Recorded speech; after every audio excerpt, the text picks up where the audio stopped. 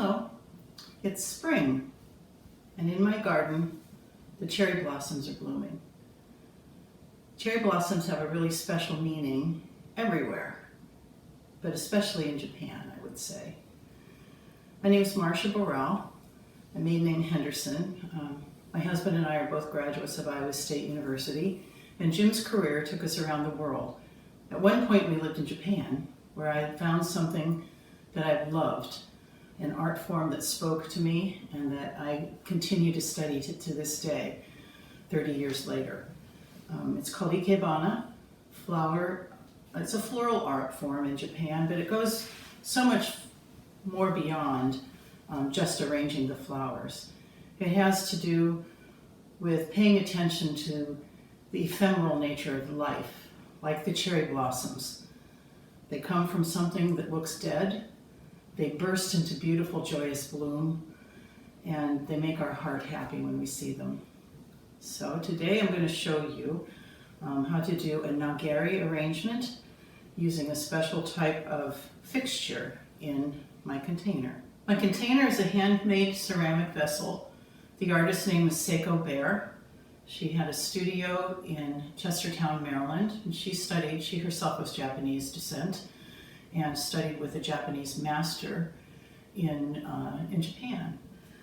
I got to cross paths with her because she studied in a different school of Ikebana, but we met through Ikebana International, an organization. When you put a branch in an upright vase like this, it'll do that, right? Flop around, go straight up and down. And I would see these beautiful arrangements in Japan, and I'd wonder, how did they get those to stay?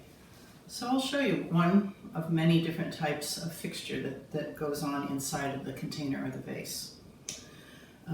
This one uses a stick cut from the same material that I'm using, cherry. It stands upright inside the vase. We split it. And now you're seeing part of the beautiful engineering of this tool called hasami, because it becomes a little wedge when it's shut, and you can kind of work your way down into the fibers of the wood. Okay, so I've got a fixture made.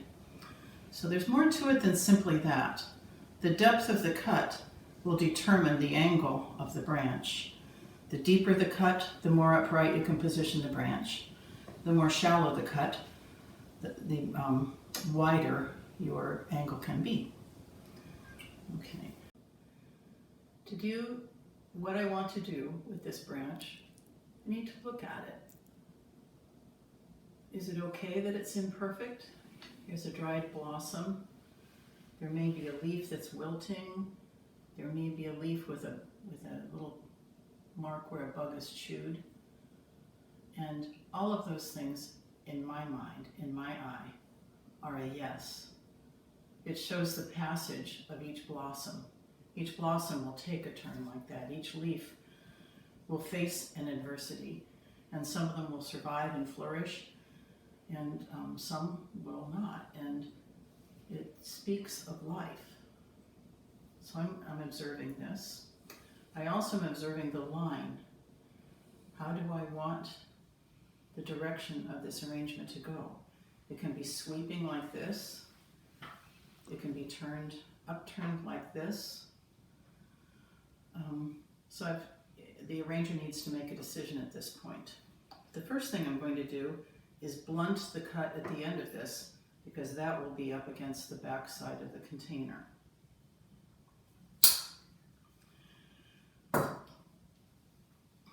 I like the idea of the drooping, sweeping arrangement today.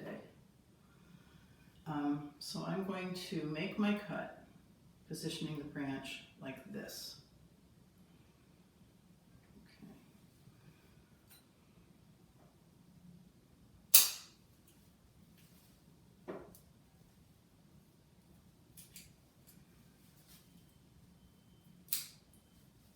Okay.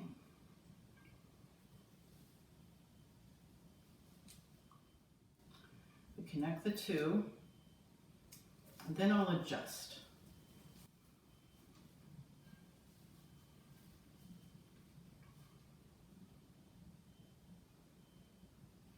a little too low for my liking.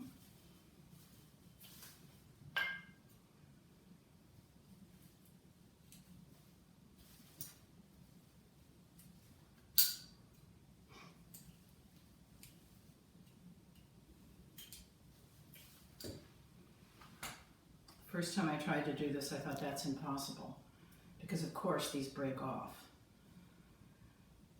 But as with anything, time and patience and practice give you a different perspective.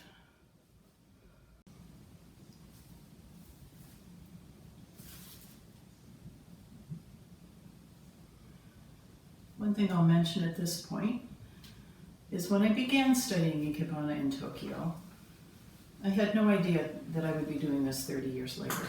I was a young mom. I was trying to learn about the culture. Shame on me if I moved to a beautiful culture like that and learned nothing about it. I wanted to meet some people and make some friends, and I had access to some wonderful classes. So I began my study of Ikebana.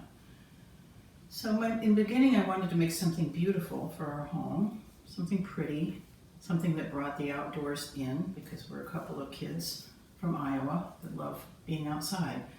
We're in the middle of a big city. So I would begin trying to follow the rules as you learn this art form. There's a 5-book curriculum, and I started just trying to copy and get the idea of how they did things. Then one thought leads to another, and after a while, pretty wasn't my goal anymore. I wanted something that expressed something, a feeling, a season, emotion. So I learned new skills to do that. And then the next thing, as I learned how to do this, I wanted to create something that was dynamic or impactful. And I think that that describes my artistic process through the years of learning this art form. Another thing that surprised me along my road with this are the metaphors for life that occur to me as I'm working with something that will not last long, but something that's beautiful right now. Or when I'm walking somewhere and I see a flower or a leaf or a gnarly old branch, and in the past I think I would have just sort of walked by and thought, oh, that's a part of the landscaping, or just not noticed some things. And I have to say, I find the knotty and gray bark of this cherry tree and the curves that repeat and repeat and repeat, I find that every bit as beautiful as the blossoms. It sort of changed my perspective, if that makes sense. My second branch, as you'll see, has an unopened bud, which is beautiful, and a definite up curve, which I really value. So I'm slipping that in. I've bent it to the point of cracking it, but it will still draw water. And I'm working it into my fixture in the bottom here.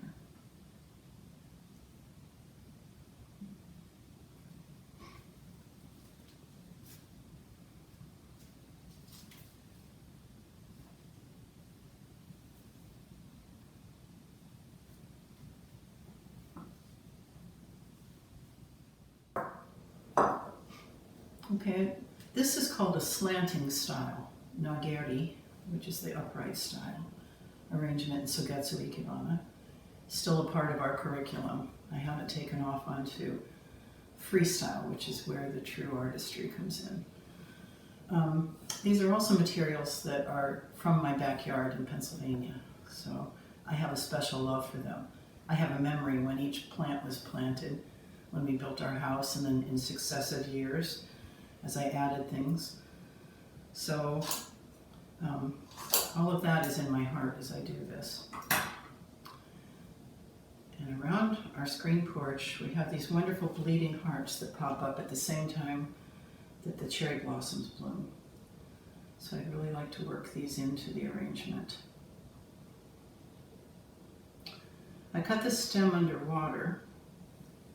We're taught to do that in Sogetsu school, so that when the stem is cut, it draws in water instead of air and makes the life of the flower just a little bit longer in the arrangement.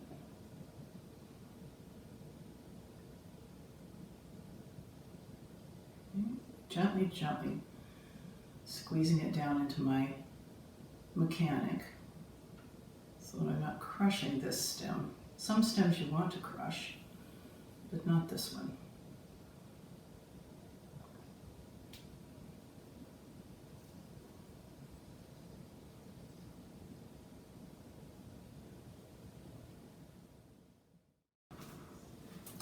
I came around to the front to assess where I need a little more color in this arrangement. And this piece would be called Ajusshi. It's a small subordinate piece in relation to Shinso and Hikai in this arrangement. I wanted the freshness of the leaves and just a little more cherry blossom down at the bottom. So I've cut the stem at an angle, and I'm going to slip it right in.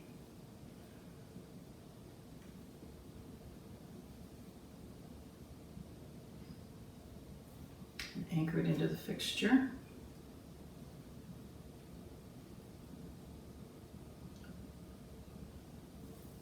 And there, springtime in my backyard.